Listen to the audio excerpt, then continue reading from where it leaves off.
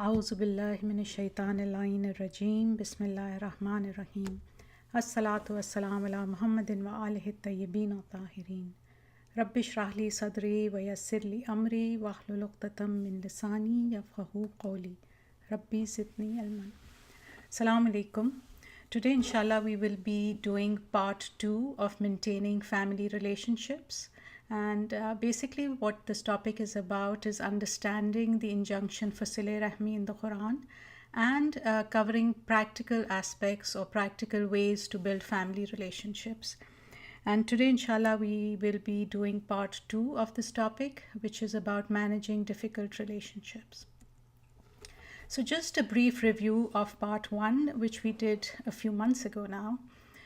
We talked about the importance of maintaining family relationships. We did some ayat about how Allah tells us to join family relationships, to take the first step, to be proactive. And we covered concepts like the emotional bank account, which simply means the level of trust or emotional wellness that we have with another person.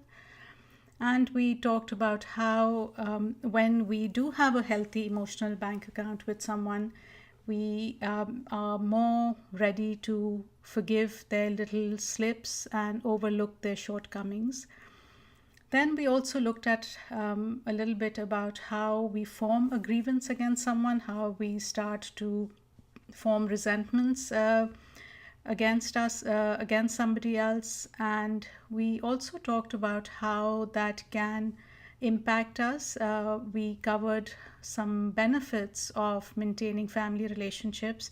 And the main benefits were, of course, that it is good for ourselves, for our own health, for our life itself, actually. Long life is correlated with being emotionally at peace with others. We also talked about how the biggest benefit is that it makes Allah pleased with us, and it is basically our access to God's mercy.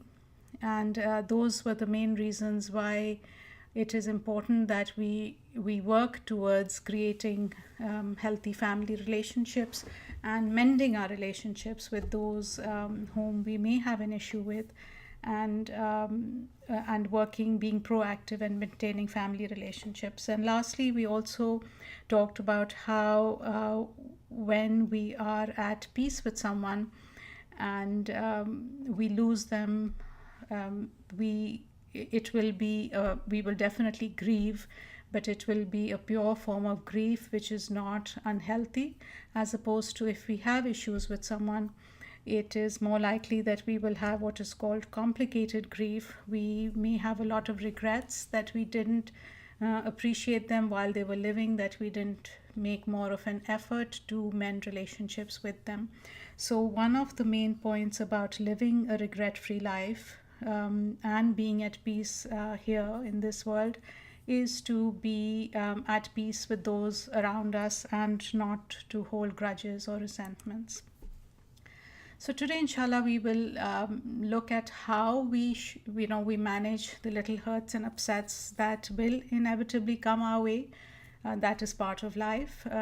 We will also talk a little bit about dealing with the bigger issues, not just the small day-to-day grievances, but things that may have impacted us or hurt us more deeply. And lastly, we'll talk a little bit about protecting ourselves from truly toxic relationships. And what this means is that, what we've been talking about basically is that when we are in conflict with another person, there are usually two sides to a story. And just as we may, hold grudges, or we may feel that we are the ones who are suffering, they may have the same complaints against us. There are, however, some relationships that no matter how much we try, they greatly impact our lives, because for whatever reason, the people we are dealing with may be dealing with their own issues. They may not be peace about themselves, and they have not learned the skills to to mend relationships themselves.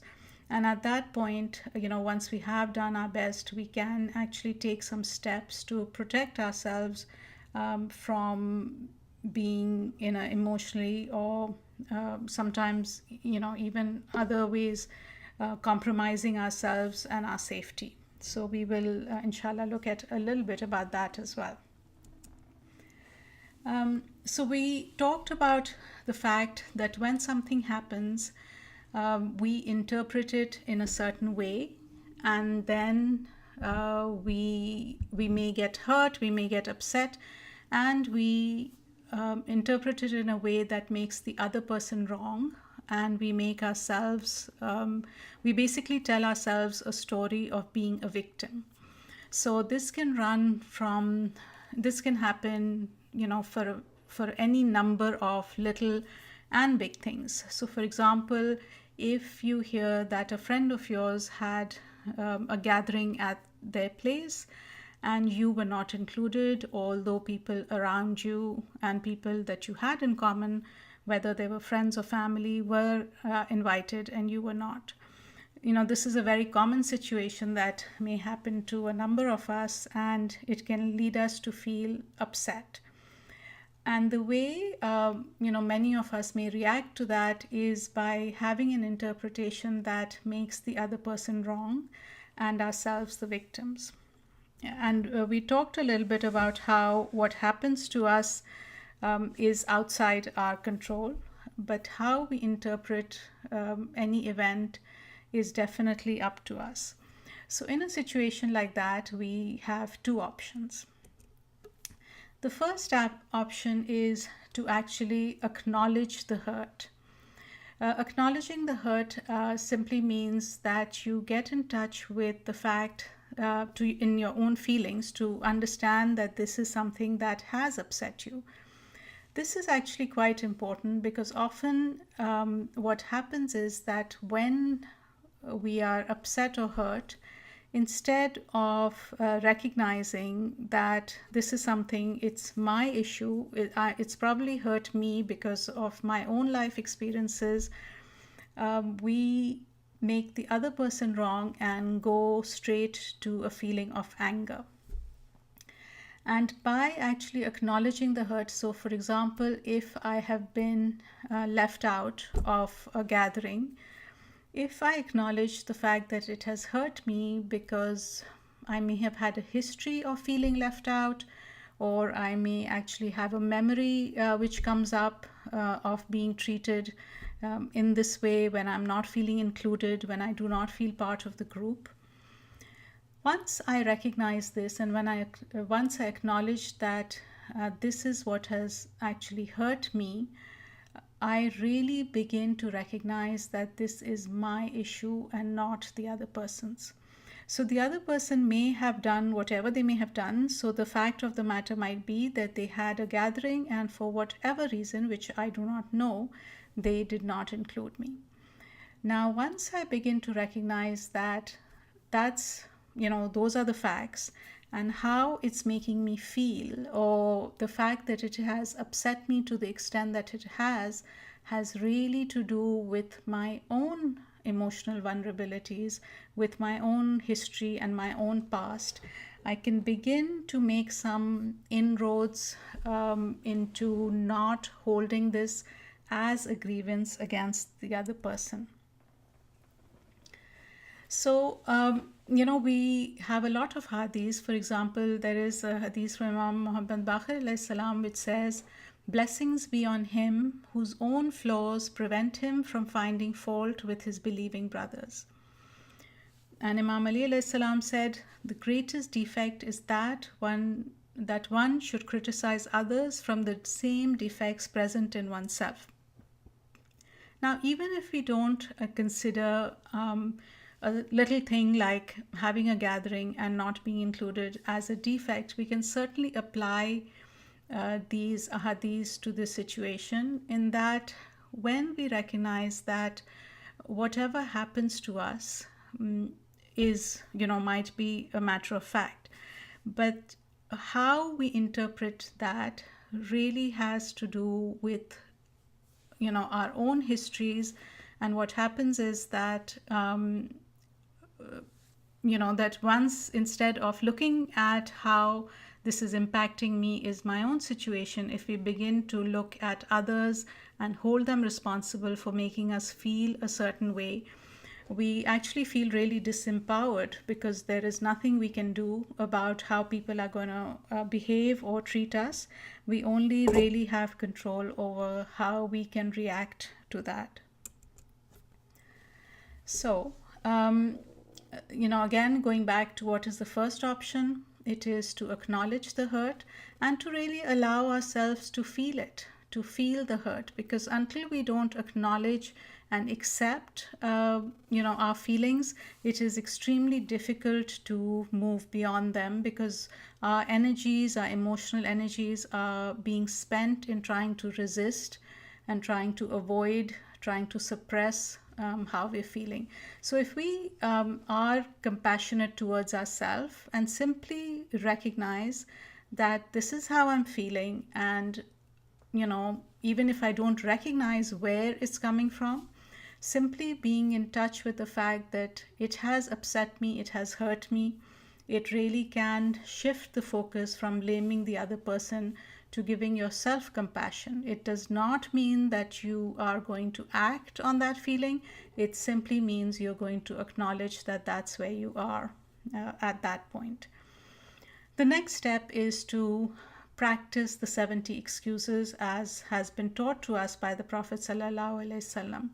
So he said that before you get upset or angry at a fellow believer, give them 70 excuses for their behavior. This implies that we are actually capable of giving anybody 70 excuses. In other words, we can have more than one explanation, more than one interpretation of why someone did something. Once we can, make allowances or excuses for the other person, we can simply acknowledge the lesson that the situation has brought to us, and we begin to intend and work at forgiveness. So forgiveness itself is a process, and it may not be immediate, but once we acknowledge that it is about ourselves, that the hurt is not necessarily coming from what was done to us, because if we look at it, the same thing might happen to 3 different people, and the 3 people will react to it in 3 different ways. And that itself is some indication that what happens and how we give meaning to it is not necessarily the same way. So once we intend that we will, that we do not intend to hold this person to what they did and to work in forgiveness, the process of forgiveness can start.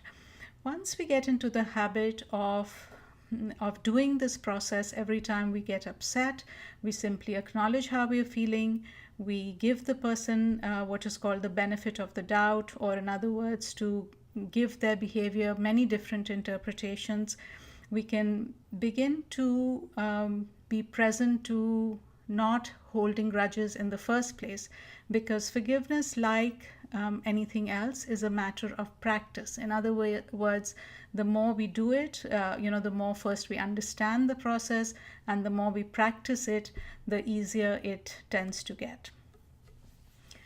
Now, these are, this kind of process works best for the run-of-the-mill things that happen to us all the time. There are, however, sometimes more serious issues where, there might be a pattern of behavior for whatever reason the person may have chosen to engage in, and it can cause us a significant amount of stress. In those situations, we need to ask ourselves if one person can change the dynamic of a relationship. What does this mean? It means, generally when I'm talking to couples, for example, I will always give them this little test and ask them if they know, if, if, for example, if I was talking to a woman at a gathering, I would say something like, if you were told to go home and pick a fight with your spouse, how many of you know how to do that? And most of us who are in intimate relationships, who are part of a family, we know pretty well how we can annoy the other person, how we can make them upset. Just as we can change our relationship for the worse and pick a fight, for example, the same way we can actually change the dynamic of a relationship for the better, and begin to, because all relationships get into patterns of behavior, which means that we do something and the other person reacts in a certain way, they do something and we react in a certain way. So the idea is that we get into these habits or patterns of relationship, and once we recognize that we are in a negative pattern or in a negative cycle, just by being aware of it and intending to change it, we can begin to do things differently so that the pattern gets interrupted, so to speak. So the idea comes from systems theory, which means that when parts of the system are working in a certain way, when you change one part of a system, the other parts of the system have to change. So again, what this means is that we take responsibility for the process of the relationship meaning how we interact with the other people, and then inshallah we leave the outcome of the relationship. That is not up to us ever. It is up to Allah, and it is also about how other people behave in a relationship. But certainly we can take charge and we can focus on our own actions within any interaction. So in for situations which are more serious, which have a greater significance, for example, if somebody's pattern of behavior in a family is impacting us continuously, the first part is again that we need to acknowledge what is happening. Secondly, we need to speak up about our needs.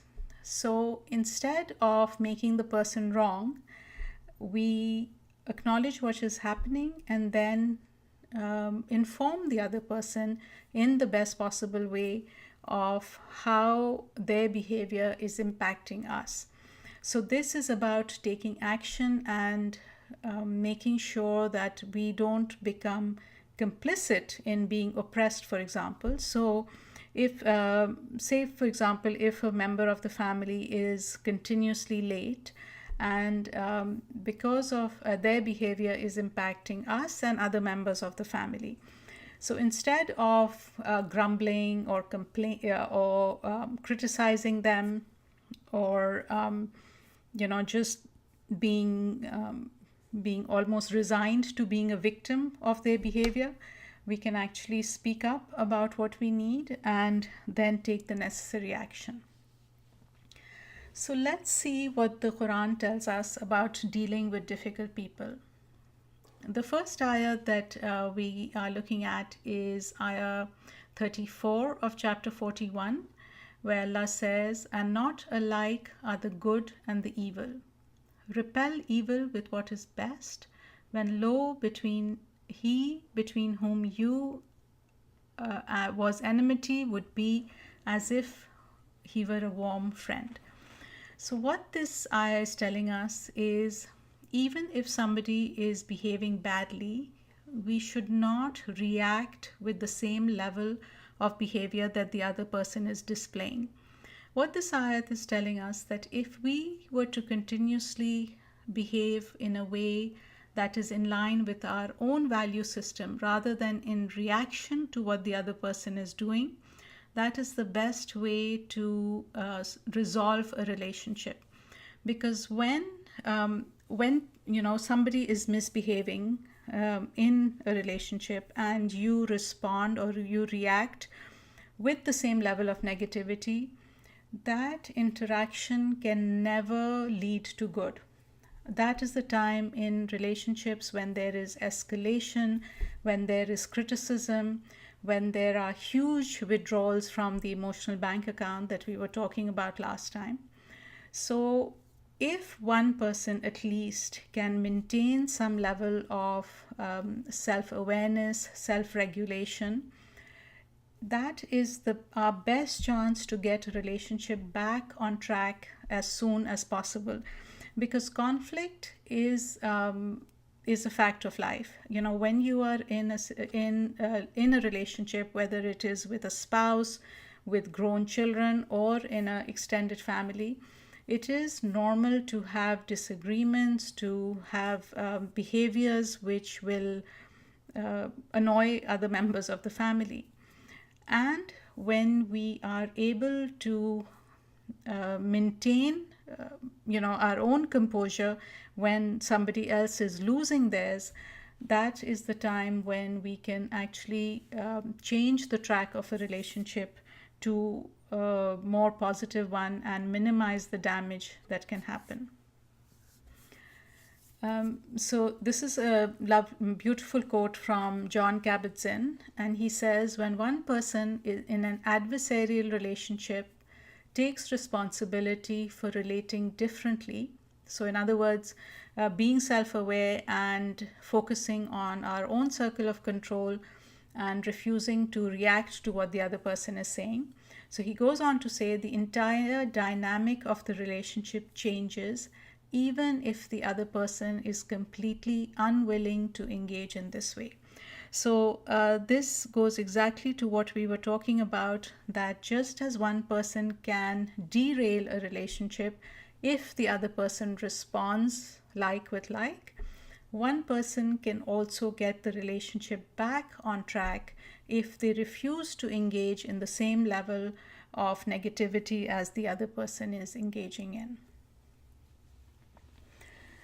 One of the ways of getting ourselves back on track is that when we are telling ourselves the victim story about how this person is really difficult and how it is so challenging to relate to them,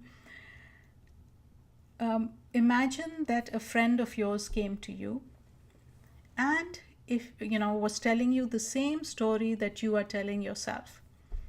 And if you were a really good friend, and if you knew that it was in the best interest of your friend to maintain a difficult relationship, and she came to you with the same story, what would you tell her? Sometimes when we look at some things objectively from a friend's perspective, all of us can give really good advice. And the issue is that sometimes we don't take that advice ourselves. So when we actually ask ourselves, what would I tell my younger sister, or what would I tell my best friend if they came to me, and what positive things could I tell them to get their relationship back on track? That can really help us to respond to a situation rather than react. One more way of really turning relationships around very, very quickly is through the power of appreciation. So when things are challenging in a relationship, it is extremely tempting and common to focus on everything that is wrong in the relationship. So for example, if you and your teenage son, for example, are in a period of time where things are challenging between the two of you, and the things that are upsetting you about him, for example, are that he is not taking his schoolwork seriously, he's not studying enough, and you are concerned that this is not going to lead to success later on. And that is what the conflict is about. When you are focusing on the conflict, it is likely that your relationship will suffer on all levels. If you wanted to change that relationship to focus, to back on track, back to a positive atmosphere, you would start noticing everything else that he is doing, which is right, or things that are pleasing to you. For example, he may be very polite, he may be coming home on time from school, he may be helping out around the house. And all of those things that he is doing positively somehow tend to get lost or unappreciated when you are in conflict, because that's the way the human mind works, is that when we are in a difficult time, when we are in a challenge, we only focus on the challenge, and it is difficult for us to look at the big picture.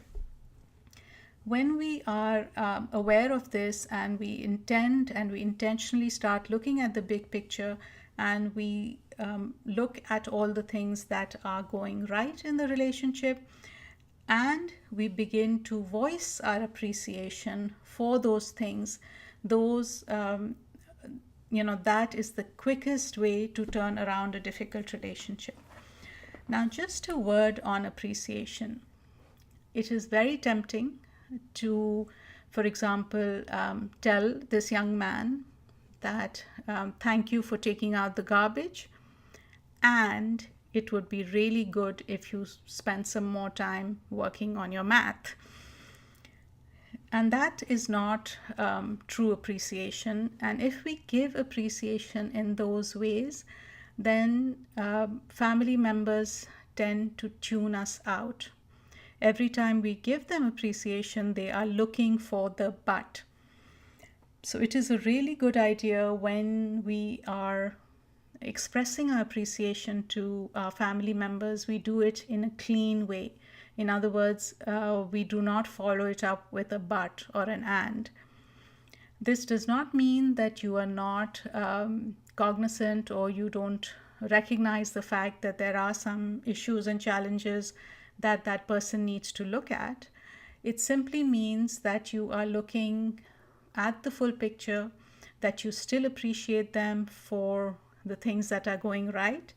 And people find again and again that by using this in a good way, in an intentional way, to improve the relationship, that in fact the things that they are arguing about or in conflict about tend to become less of an issue over time. Now, so that is the appreciation. However, there are also times when we do need to speak up about the issues, and we need to use what is called healthy assertiveness. Now, healthy assertiveness, or speaking up for things that we need to complain about, is effective if we follow some basic rules.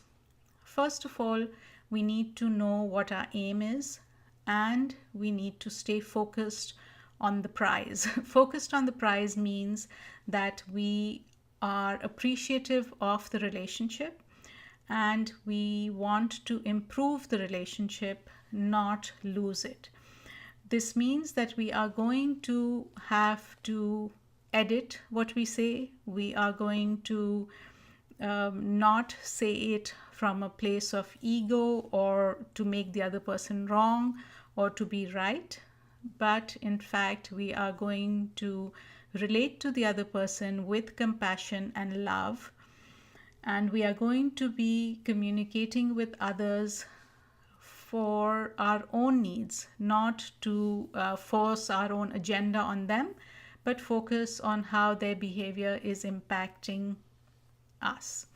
So, for example, let's take a situation where somebody from the family has a habit of leaving mess behind, or not cleaning up after themselves, and this is impacting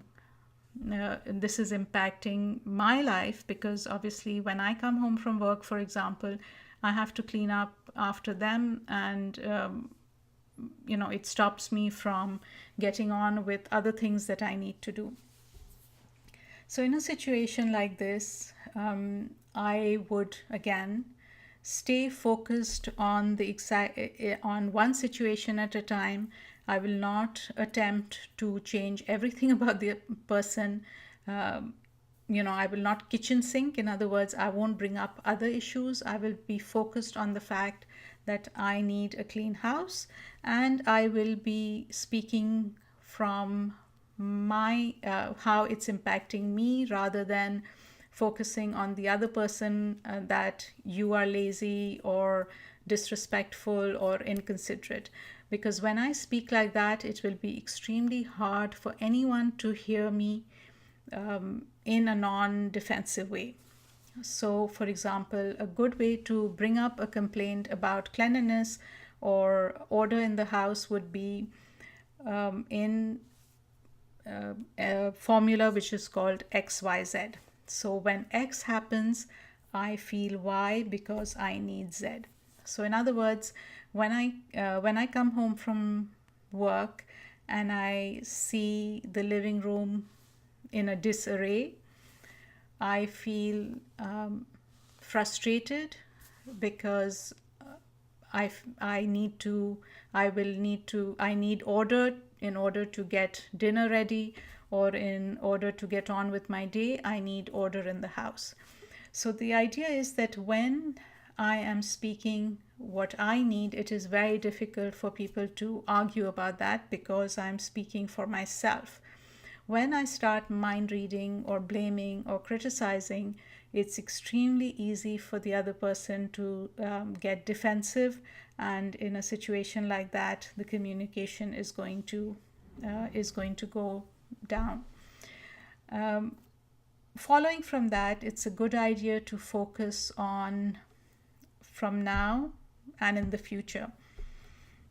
Because once if we say things like you never, you always, things like that are very easy to argue about. They're very easy to get defensive. So when we focus on this is how things are, and in the future, from now on, I would like help cleaning up, or from now on, I would like people to put away their own dishes in the kitchen. It's the conversation and the relationship is going to be much easier. Following from that, it's also a good idea to make clear plans and agreements, because if we are clear about what we need from others, if we give them a clear indication, so for example, when you have finished dinner, please make sure all the dishes are in the dishwasher and the counter is wiped clean. These are clear instructions. They're more likely to be followed than simply saying, please pick up after yourselves or clean the kitchen. Now, all of these things that we've been talking about, they are, they're very simple. They may not necessarily be the easiest to do when we are in a conflicted relationship, or when we are dealing with family members who may be pushing our buttons. But when we take the high road, in other words, when we practice unilateral virtue, right? When we are focused on doing the right things and living up to our best self, regardless of what others around us may be doing, we are really setting a very good example to our family, number one. Number two, we are doing Amr bil Maroof by example. In other words, I acknowledge that regardless of how others are behaving around me, I still have a responsibility of managing my tongue, focusing on how my conduct is impacting other people. And this is, a very key thing of being happy versus being right. So if we're focused on being right, we may look at how others are wrong, and this can never lead to happiness. The path to happiness is through focusing on ourselves, accepting people most of the time for who they are, and speaking up for when we need to. And these are, if we behave in this way, it can lead to a lot of self-esteem rather than guilt and conflict with ourselves when we are not living up to our own versions of our best self. Also, this is accessing God's mercy, like we started by saying that, when we are maintaining relationships by doing the best that we can, that is access to His mercy, which we all need. Now, we did say that we would talk about dealing with truly difficult people. So this is the third main point, which is, when we have done all of that, when we have focused on appreciation, when we have taken the right into or given the people the benefit of the doubt, we have spoken up for what we need, and yet there are times when there will be, there may be situations where it is almost toxic. For example, if people from my extended family come over and they, for example, criticize everything that's going around, or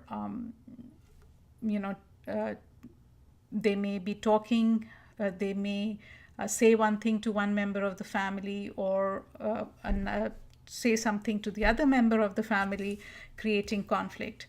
Unfortunately, sometimes we have to deal with this kind of behavior from extended family members, and in a situation like this, we need to work to minimize damage to our own nuclear family. So in a situation like this, it is first to protect our nuclear family through clear communication. So for example, if there is a situation where somebody is saying one thing to one of us, and a completely different thing to somebody else, and we know that this is a pattern, a habit, then we need to take charge by actually having family meetings to clear out misunderstandings, at least between our own nuclear family. And given the injunction to maintain family relationships, we need to brainstorm ways within our own selves to maintain relationship while we are protecting family. So some of the ways, I don't pretend that this is an easy situation at all, and yet it can challenge us to really live up to our best self. So before we meet people like that, for example, we need to ground ourselves. Grounding ourselves means that if, for example, if we are having a big gathering like Eid or a family wedding, and we know that there might be issues, so we need to ground ourselves. In other words, we need to prepare ourselves, make sure that we are not stressed, make sure that we take a little quiet time for ourselves before we interact with this person, so that we are at our best selves, we are not reacting in the moment. We could also meet these people in groups rather than one-to-one, or within a small gathering, because when people are in groups, we tend to be on our better behavior. So when you are meeting difficult people in groups, they are less likely to impact you to that level. Another strategy might be to take the first step to connect with them. So I like to call this the home ground advantage. In other words, if you know that somebody is upset with you, and they are going to eventually call you and share how upset they are, in a situation like this, sometimes we tend to get really stressed, and we live in fear of that time that might happen. A way to shortcut this, however, would be to take the first step. So in other words, call them before they can get upset. That way you will be prepared, you will have grounded yourself, you can probably rehearse a little bit about what you will say, and it will it will be the home ground advantage. In other words, it is being done on your time rather than on somebody else's time. This can greatly help. It just needs a little bit of courage to be able to face it. And the last thing is, again, appreciation. So even if a person is struggling for whatever reason with their own issues, and you are unfortunately being impacted by their working through their own issues, if you begin to appreciate them for what they are doing right, and all of us are complicated human beings, we do some things which are good and some things which may not be that good. If you start appreciating them for what they are doing good, it can really be disarming in the sense that at the end of the day, all human beings are looking for love and appreciation. So if they find that they are getting it from someone that they were in conflict with, it can really soften people and greatly help to build relationships. So this was, the session on maintaining family relationships. Inshallah, you have found it useful. And I would love to hear your comments and feedback. So please feel free to visit the website, marziahassan.com, and leave a comment or a message. I would love to hear from you. Take care and Assalamu alaikum.